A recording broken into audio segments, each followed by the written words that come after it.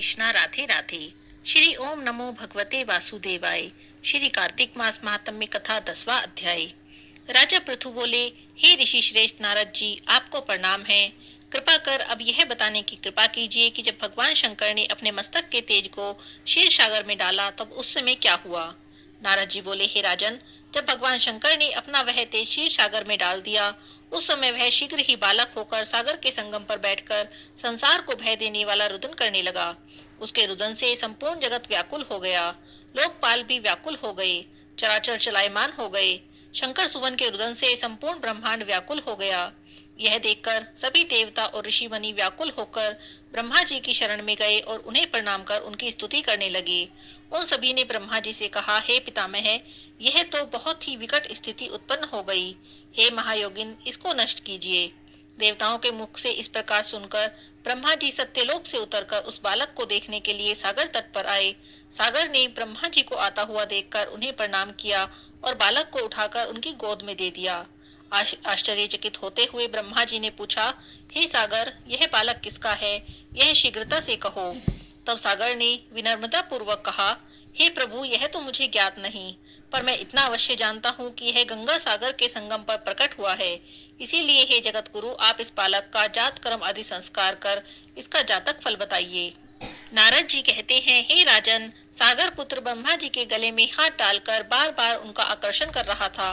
फिर तो उसने ब्रह्मा जी का गला इतनी जोर से पकड़ा कि उससे पीड़ित होकर ब्रह्मा जी की आंखों से अश्रु टपकने लगे। ब्रह्मा जी ने अपने दोनों हाथों का जोर लगाकर किसी प्रकार सागर पुत्र से अपना गला छुड़वाया और सागर से कहा, हे सागर, सुनो, मैं तुम्हारे इस पुत्र का जातक फल कहता हूँ। मेरे नेत्रों से यह जो जल निकला है, इस कारण इसका नाम जलंधर होगा। उत्पन्न होते ही यह तरुण अवस्था को प्राप्त हो गया, इसीलिए यह सब शास्त्रों का पारगामी, महापराक्रमी, महावीर, बलशाली, महायोद्धा और रण में विजय प्राप्त करने वाला होगा। हे सागर, यह बालक सभी दैत्यों का अधिपति होगा। यह किसी से भी पराजित न होने वाला तथा भगवान विष्णु को भी जीतने वाला होगा। भगवान शंकर को छोड़कर यह सबसे अवध्य होगा। जहाँ से इसकी उत्पत्ति हुई है, यह वहीं जाएगा। इसकी पत्नी बड़ी प्रतिव्रता, सौभाग्यशालिनी, सर्वांग सुंदरी, परम मनोहर, मधुर वाणी बोलने वाली और शीलवान होगी। सागर से इस प्रकार कहकर ब्रह्मा जी ने शुक्राचार्य को बुलवाया और उनके हाथों से बालक का राज्य अभिषेक कराकर स्वयं अंतर्ध्यान हो गए। बालक को देखकर सागर की प्रसन्नता की सीमा नहीं रही। वह हर्षित मन से अपने घर आ गए। फिर सागर ने उस बालक का लालन पालन कर उसे पुष्ट किया। फिर कालनेमी नामक असुर को बुलाकर वृंदा नामक कन्या से विधि पूर्वक उसका विवाह करा दिया।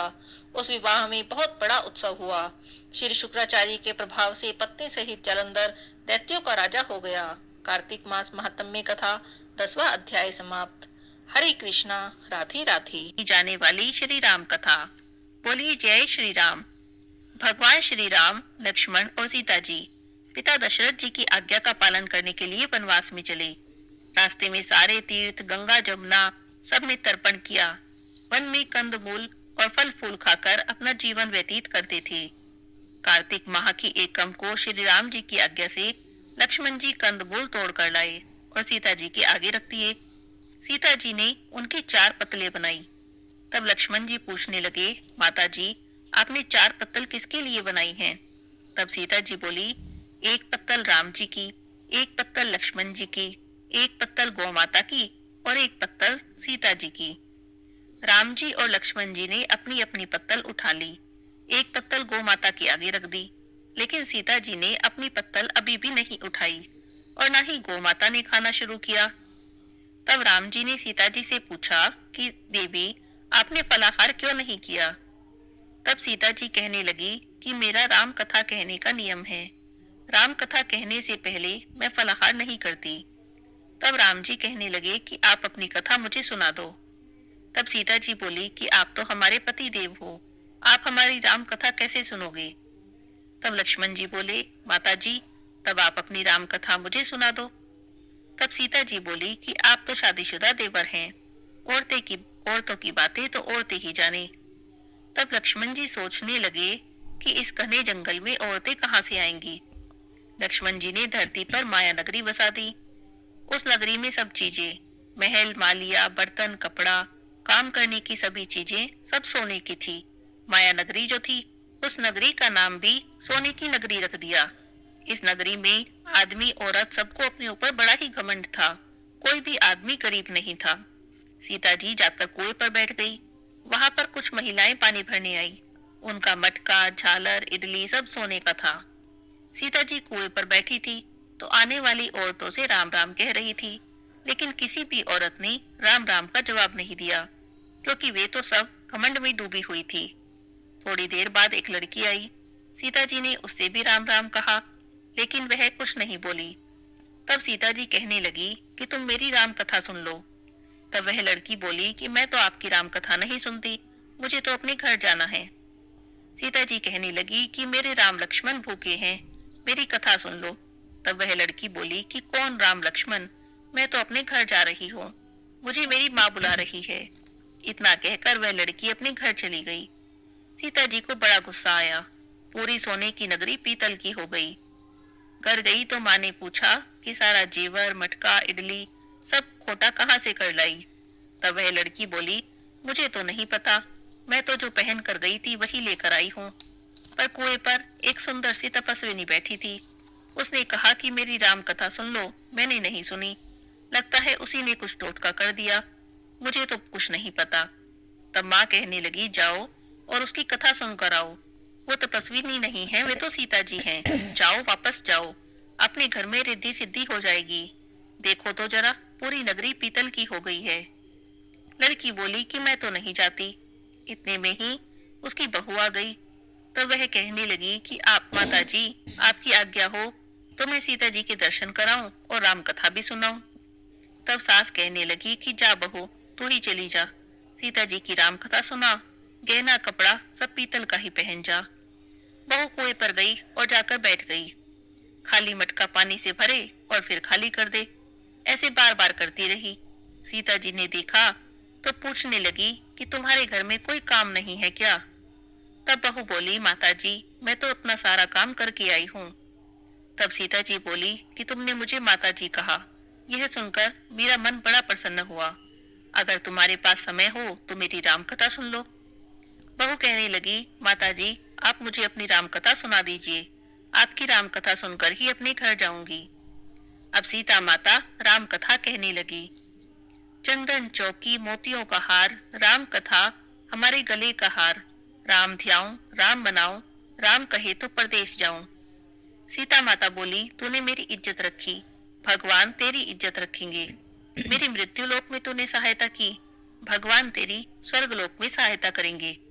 सीता जी ने राम कथा कहनी शुरू कर दी। बहू राम कथा सुनने लगी।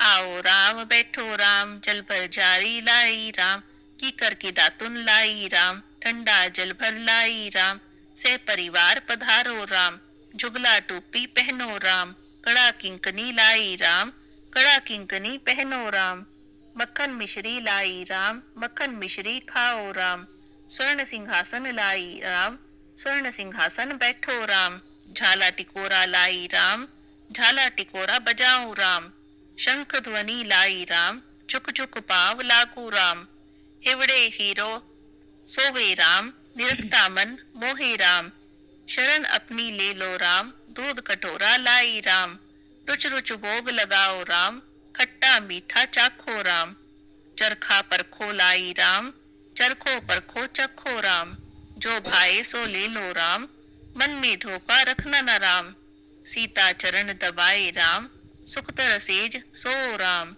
झालर पंखा डोलो राम, हमें राम तुम्हें राम, रोम रोम में बसो श्री राम, खटखट में विराजो राम, मुख में तुलसी बोलो राम, खाली बैठे क्या काम, जब बोलो जब राम ही राम, बोलो पंछी राम ही राम, पूर्ण होए सब काम, मेवा चिरंजी लाई राम। राम कथा पूरी हुई। तब सीता जी कहने लगी, तुमने हमारी राम कथा सुनी, तुमने हमारी सहायता की, तुमने हमारे भूखे राम लक्ष्मण को भोजन करवाया, भगवान तुम्हें सातों स्वर्ग का सुख दे। सीता माता का आशीर्वाद लेकर बहू अपने घर चली गई।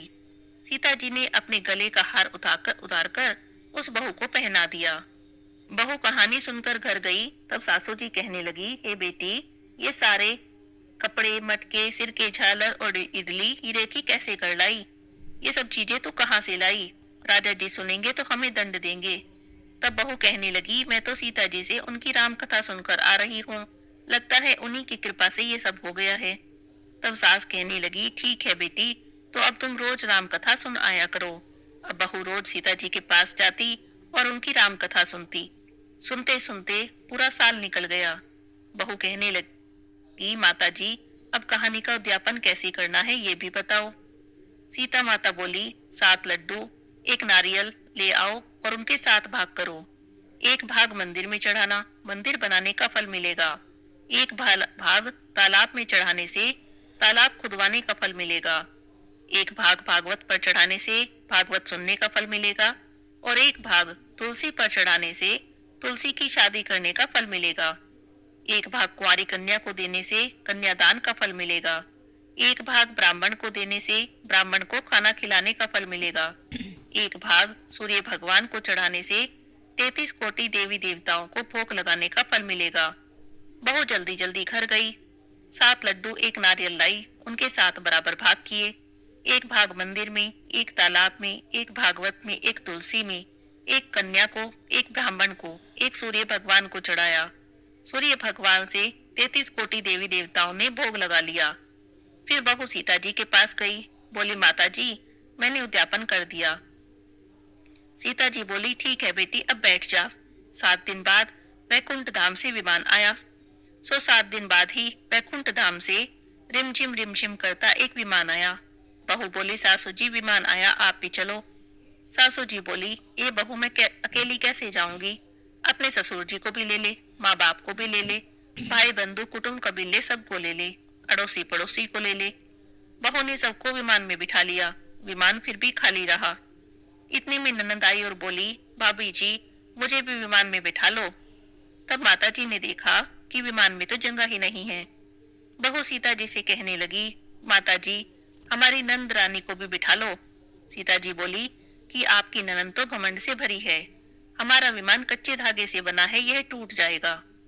तब ननद बोली, भाभी जी, मैं अकेली यहाँ कैसे रहूंगी, सांप बिच्छू खा जाएंगे। तब भाभी बोली, आपकी करनी अब आप ही भोगो, हम अपनी करनी से सीता माता के साथ जा रहे हैं। इतने में बहू अपने पति के साथ विमान में बैठ गई। यह सब देखकर नगर के सभी लोग इकट्ठा हो गए और पूछने लगे कि आपने ऐसा कौन सा पुण्य का काम किया है जो सीता जी के साथ आप वैकुंठ को जा रही हो? आपने रामायण का पाठ किया या गीता जी का, या कोई अखंड पुण्य किया जिससे आपको लेने स्वर्ग से विमान आया? तब बहू कहने लगी कि मैंने तो केवल सीता माता से राम कथा सुनी, उसका उद्यापन किया। तब नगर के सब लोग कहने लगे कि हमें भी राम कथा सुना दो। तब बहू ने सबको राम कथा सुनाई। कथा पूरी होते ही पूरी नगरी सोने की हो गई। बहू बोली, जो कोई राम कथा की करेगा, राम कथा सुनेगा, उसे भी वही फल मिलेगा जो बहू को मिला। अब सभी नगरवासी राम जी की जय जयकार करने लगे। सीता जी ने सबको विमान में बिठा लिया। विमान स्वर्ग के रास्ते चल पड़ा। स्वर्ग के 7 द्वार अपने आप खुल गए। पहले द्वार पर नाग देवता आए। 7 द्वार पार करने के बाद विमान स्वर्ग से नीचे उतरा। 33 कोटि देवी देवता बहू से पूछने लगे कि तुमने ऐसा कौन सा काम किया जिससे कि स्वर्ग के 7 द्वार पार करके हमारे पास आ गई हो? तब बहू कहने लगी, मैंने तो राम कथा सुनी और उद्यापन किया। तब सब कहने लगे कि हमें भी राम कथा सुना दो। बहू ने सबको राम कथा सुना दी। तब सभी देवी देवता सीता माता की जय जयकार करने लगे। आप भी बोलो, सीता माता की जय हो, जय श्री राम, जय श्री राम, जय श्री राम। कार्तिक महीने के सोमवार की कहानी। एक बार महादेव शंकर जी ने सोचा कि चलो धरती पर घूमकर आते हैं। महादेव जी धरती पर चलने को तैयार हुए तो पार्वती जी बोली, महाराज कहाँ जा रहे हो? तब महादेव जी बोले कि धरती पर जा रहा हूँ। पार्वती जी बोली, महादेव जी मैं भी चलूंगी। तब महादेव जी ने पार्वती जी को समझाया, देवी तुम मत चलो, तुम्हें भूख प्यास लगेगी। लेकिन पार्वती जी तो जिद पर अड़ गई, कहने लगी कि नहीं महाराज, मैं भी चलूंगी। धरती पर आ गए। थोड़ी देर में पार्वती जी थक गई और उन्हें भूख प्यास भी लगने लगी। तब उन्होंने महादेव जी से कहा कि महाराज, मुझे तो भूख लगी है, मुझे तो खीर खांड का भोजन चाहिए। महादेव जी बोले, देवी मैंने तो पहले ही कही थी कि तुम मत चलो, तुम थक जाओगी और तुम्हें भूख भी लगेगी। अब क्या कर सकते थे? दोनों एक साहूकार के घर पर गए। जाकर बोले कि हमें भूख लगी है, हमारी पार्वती जी को खीर खांड के भोजन चाहिए। तब साहूकारनी बोली कि इतने हट्टे कट्टे हो, मांगते खाते शर्म नहीं आती। अगर खीर खांड का ही भोजन चाहिए था तो कुछ काम धंधा क्यों नहीं करते। महादेव पार्वती वहां से आगे चल दिए। थोड़ी दूरी पर एक बुढ़िया माई का घर था। बुढ़िया माई के घर पर जाकर आवाज लगाई कि हमें भूख लगी है, पार्वती जी को खीर खांड के भोजन चाहिए। बुढ़िया माई उठकर चल दी। महादेव जी ने पूछा कि बुढ़िया माई कहाँ जा रही हो। तब वह बोली कि दूध चावल और खांड लेने जा रही हो। महादेव जी बोले कि घर में जाके देख। घर में जाकर देखा तो दूध का भिगोना भरा था, चावल की परात भरी थी और खांड की बोरी धरी थी। उसने भिगोना भर के खीर बना ली। महादेव पार्वती जिमा दिए। उसके बाद जो खीर बच गई तो बुढ़िया माई पूछने लगी कि महादेव जी अब इस खीर का क्या करूं। तब महादेव जी बोले कि नगर में न्योता दे दे, सारी नगरी जिमा दे। अब बुढ़िया माई खीर के कटोरे भर भर के बांटने लगी। थोड़ी देर में फिर पूछने लगी कि महादेव जी इस बची खीर का क्या करूं। तो मेरे तो कोई भी नहीं है, कोई परिवार नहीं है। तब महादेव जी ने कहा कि आंखें बंद कर। उसने आंखें बंद करी। आंखें खोल के देखे तो खूब परिवार हो रहा है। वह बोली कि महाराज जी इस छोटी सी झोपड़ी में इतने बड़े परिवार को कैसे रखूंगी। महादेव जी ने झोपड़ी की लात मारी तो महल हो गया। अब बुढ़िया माई खीर कटोरे भर भर के बांटने लगी। एक कटोरा साहूकारनी के घर भी देने गई तो साहूकारनी पूछने लगी कि तेरे खीर कहाँ से आई। तब बुढ़िया बोली कि महादेव पार्वती जी आए थे। तब साहूकारनी बोली कि वे तो मेरा धन तेरे लुटा गए। तब वह कहने लगी कि मुझे तो कुछ नहीं पता। तब बुढ़िया माई से पूछा कि कहाँ गए हैं। बुढ़िया माई ने बता दिया कि उधर को गए हैं। साहूकारनी तो भागी भागी पीछे हो ली। जाके महादेव जी के पैर पकड़ लिए और कहने लगी महाराज ये क्या कर दिया, मेरा सारा धन उसे क्यों दे दिया। तब महादेव जी बोले कि मैंने तो कुछ भी नहीं किया, तैने ना करी तेरे ना हो गया, उसने हाँ करी उसके हाँ हो गया, मैंने तो ना उठाया ना डाला। पर वो तो पैर पकड़ के खड़ी हो गई, बोली महाराज कुछ तो दो। तब महादेव जी बोले कि तेरी तेलड़ी में तेल रहेगा, घीलड़ी में घी रहेगा, काम तेरा रुकेगा नहीं और धन तेरा जुड़ेगा नहीं।